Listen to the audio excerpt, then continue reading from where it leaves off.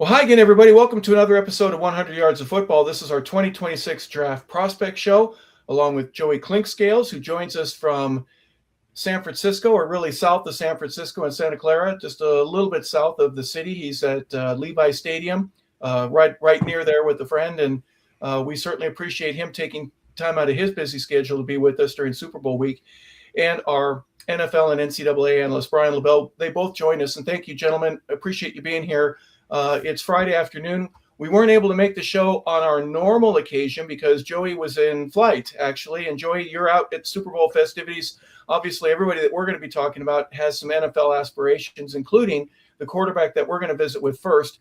His name is Diego Pavia, quarterback out of Vanderbilt. What an interesting story that he is from a political perspective, from a how did he get that done there perspective, from where did he come from perspective, all kinds of different things. But obviously, let's start with you being in the Super Bowl city just south of San Francisco, there by Levi Stadium. Tell us a little bit about what the vibe is for you right out there. Oh, it's a great vibe out here in the city of San Francisco and in the Bay Area in general.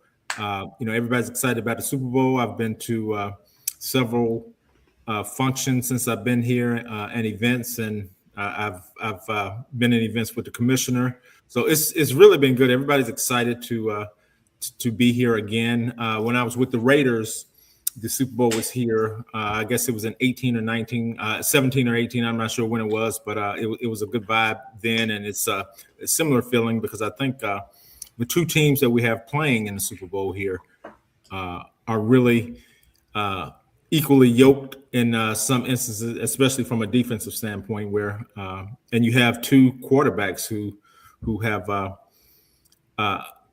shown a lot and done a lot for their teams to get here. One's a second-year guy, and one guy's on a redemption tour. So it's a lot going on from a competitive standpoint here in the city. So I think everyone's excited to be here. Well, absolutely. And we're excited that you're there as well. And obviously there's some business and a little bit of pleasure that's involved with that. I hope you get to take advantage of both. In terms of the quarterbacks that are playing in the game, we've got another one here that we're going to talk about, and that's Diego Pavia. Diego comes from Albuquerque, New Mexico, unrecruited, unheralded. And Brian, I'll start with you. The story is very interesting, and I'll be as brief as I can. He ends up at a military school in New Mexico as a junior college. He ends up going to New Mexico State. The head coach gets the job at Vanderbilt. He follows him there. 2 years there at Vanderbilt, helps lead the Commodores to two of the best years they've ever had. He ends up getting an additional year because he went to a junior college, and this is where the political aspect of it, he fights the NCAA for an additional year of eligibility. He wins the court injunction, which allows him to play one additional year, which is a second senior year, including the COVID and all that. It's just amazing all the ways that the NCAA is allowing for additional eligibility for players. And now he's listed at probably number 6, somewhere in that range. He's listed at 6 feet in the Vanderbilt site, but more like 5'10", so there is a discrepancy there. He's on the lighter edge of 200 pounds, maybe a little bit below. We don't know what his 40 speed, but let's talk a little bit about the things that make him different. His ability to throw the deep ball is as good as anybody that's in the draft. He can tuck and run and get a first down for you, but his height, his weight, the size, throwing angle difficulties, there's a lot of things that are against him. But give us a little bit of the positives before we go into some of the challenges that he faces going into this year's draft. Well, I mean, he put up some really good numbers. They won a lot of games. A Vanderbilt team that has been kind of starving for success for a very long time. He was a bright spot. I mean, he was there sitting front row for the Heisman, ceremony. So, I mean, and I think he earned that right. I think he was a very good player. I don't think he was the best player in college football, but he was definitely one of the better producers as far as the quarterbacks are concerned, as far as just putting up sheer numbers. But I think the arm strength isn't great, but he gets the ball where it needs to be on time. I think that helps him a lot. He's able to be very precise with his throws. He drops the ball in the bucket very, very well. He's very good at putting it at a spot where only his receiver can catch it. He throws a very good spiral, and I think he's very accurate when he needs to be, especially in tight windows. I think all of those things help him tremendously. And I think if you're looking at the bright stuff, that's what you look at with Diego. And that's a big reason why Vanderbilt had the success they had. And that's, the main reason why he put up the numbers he did. Yeah, obviously, Joey, there are a lot of positives, going to a school in the SEC and especially Vanderbilt, which had no business beating anybody. He beats Alabama his junior year. His senior year, the numbers are pretty outstanding. Completion percentage is 70.6, 3,539 yards, averaging 9.5 yards per completion, 29 touchdowns, 8 interceptions. He was sacked 23 times, though. Is that a number that concerns you? Yeah, it is, because I don't think he's a dynamic athlete, first and foremost. I think he was able to do some things with his legs because, things opened up for him and he was able to, quite frankly, get outside the pocket. Now, and at times when the pocket opened up and when there was pressure coming off the edge, he was able to get some things up the field with pressure. But he has mobility. I don't think he's a top level athlete. And in the NFL, you either have to be a really, really good pocket passer, or you have to be a good enough passer and athletic. And he's kind of in between that, because I don't think he's a great pocket passer, first and foremost. And I do think while he has mobility, I don't think he's a great athlete either, along with the 5.097. And, he's a guy that throws I think he's got for an NFL quarterback, he's got a pretty average arm.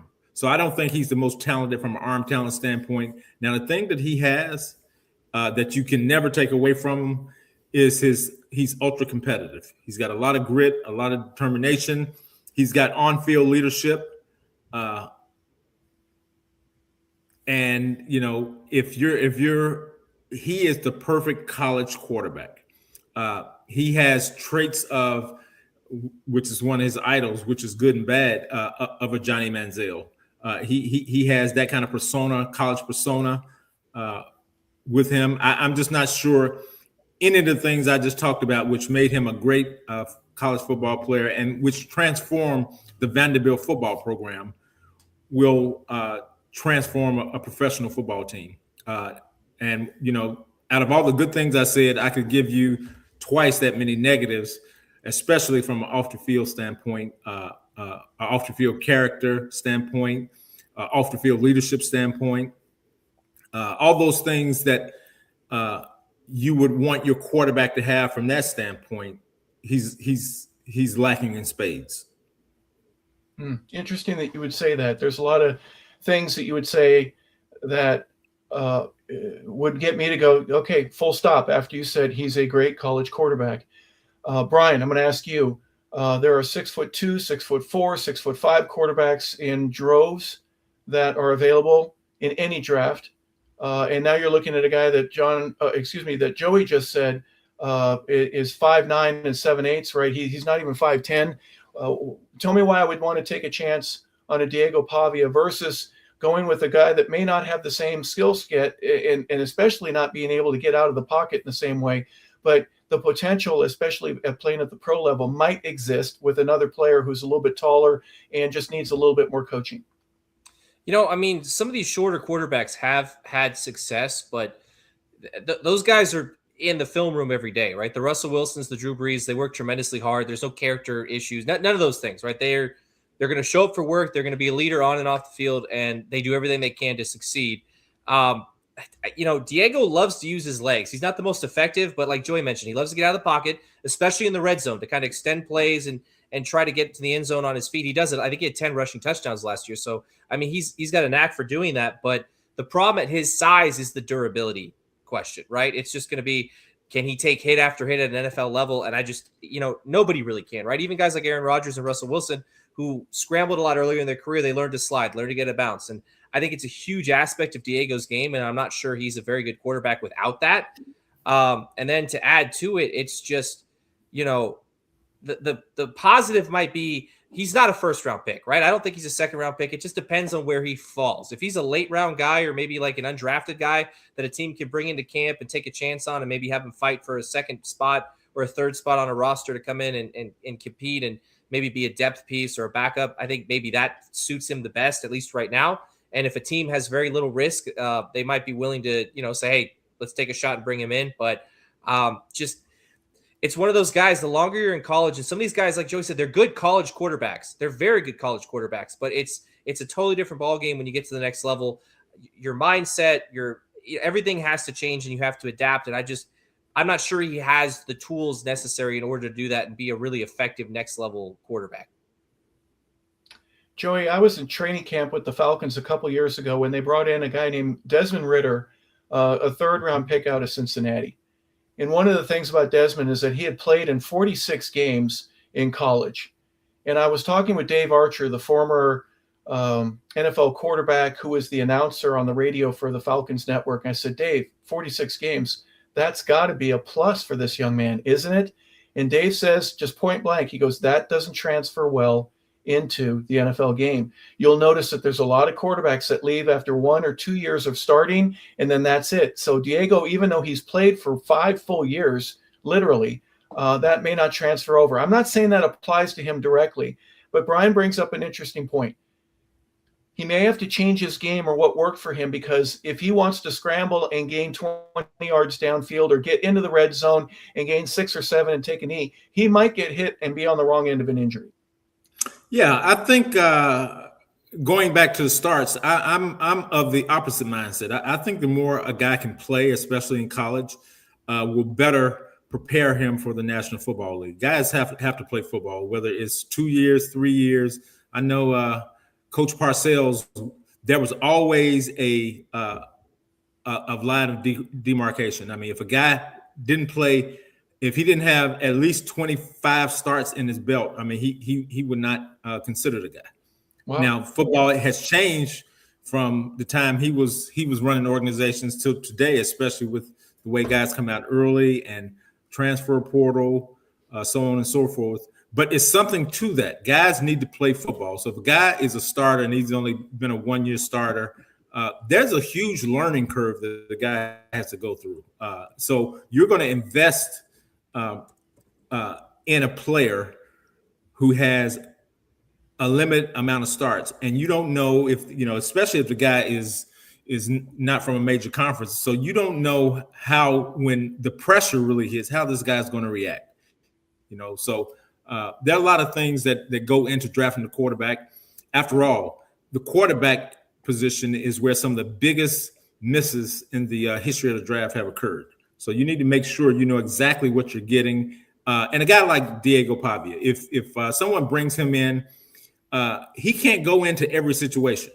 Okay, that's just not the reality of it. He has to go into a situation where a team has a plan for him, and he has to be somewhat on board with that plan from the standpoint of, you're not coming in as a starter. You're going to do X, Y, Z. You're going to get practice squad reps. We're going to train. We're going to help. We're going to change a lot of the things that you do. And does he have the fortitude and the mindset to go in like that? I mean, my gut instincts tell me he doesn't, from the things I've seen him do, from, when he didn't win the Heisman, what he did after the party, what is, his and family is a part of this, what he does with his brothers. And, I'm not going to get into all that, but because it's well documented, anyone wants to see it, just Google them. And in the words of the Coach Signetti, just Google them. If you Google Diego Pavia and the family, it'll tell you everything you need to know.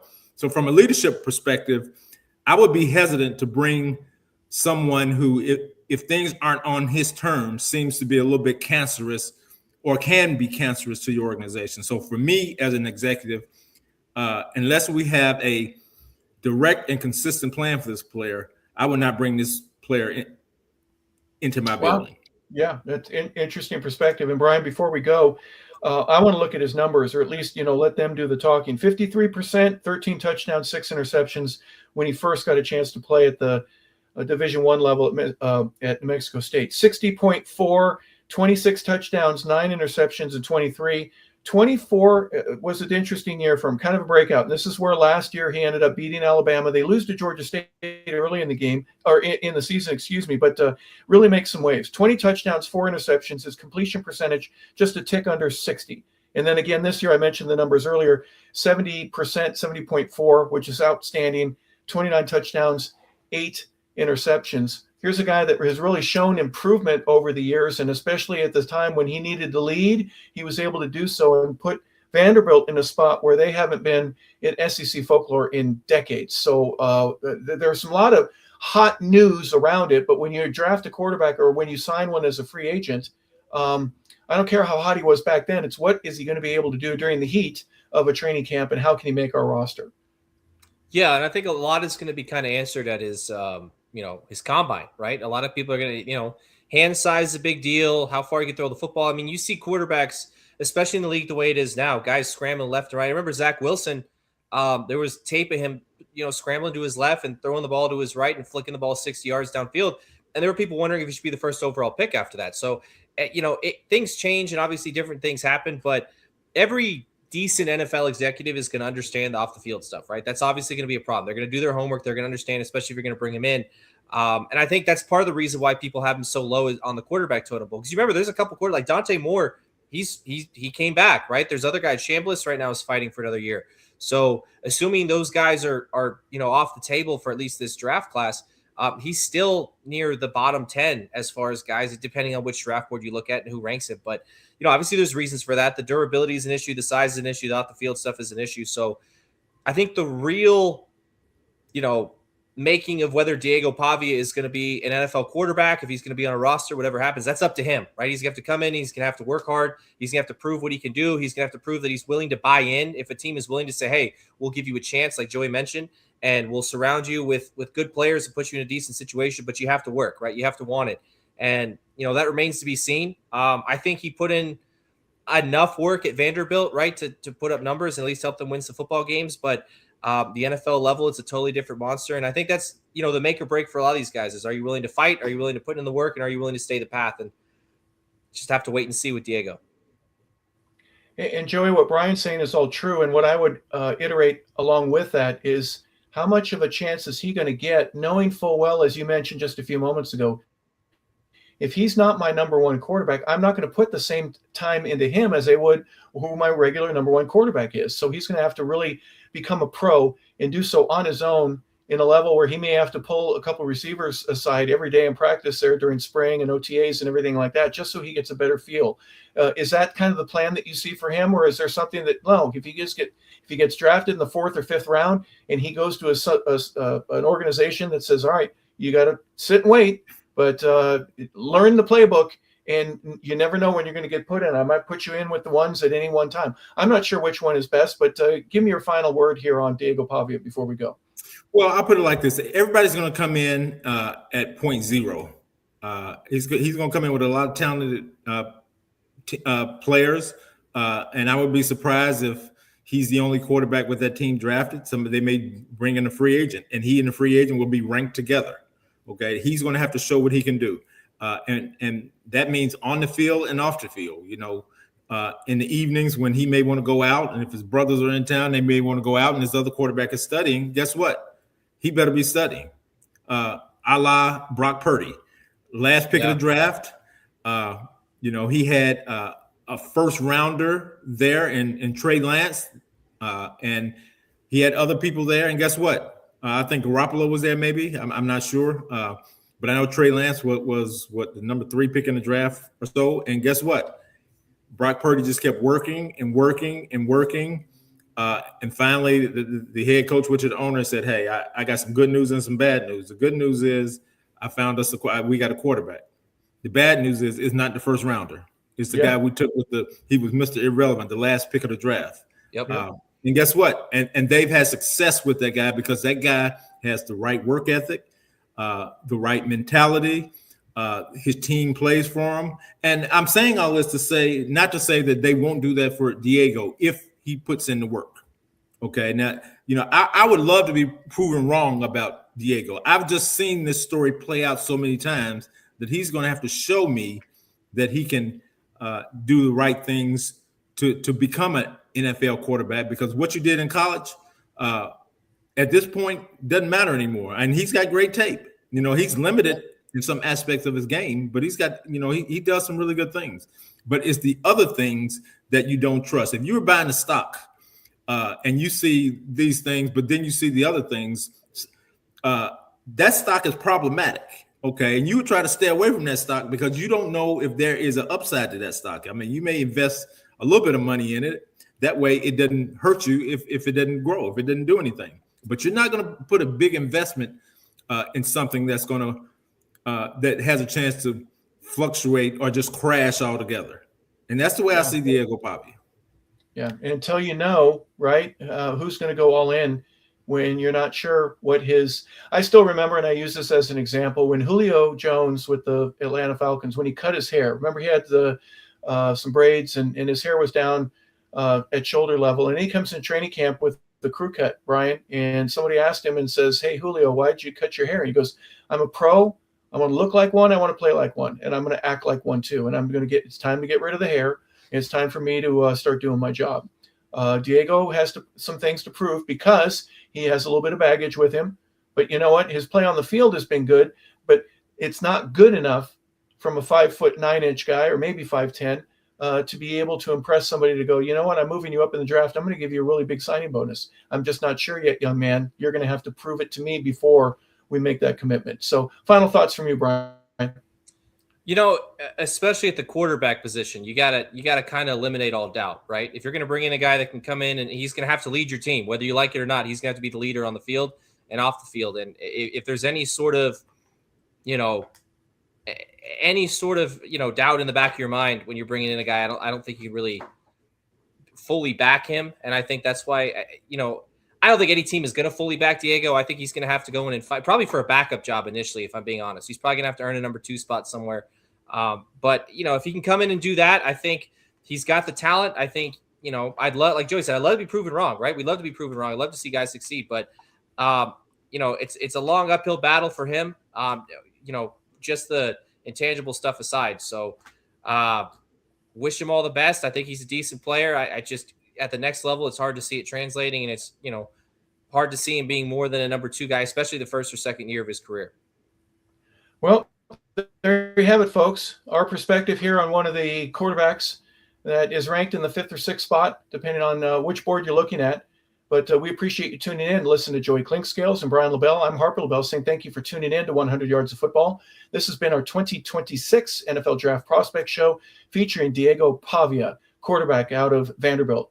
If you like the show, please like or subscribe and tell a friend. We want to say thank you for tuning in. We appreciate it. And we also want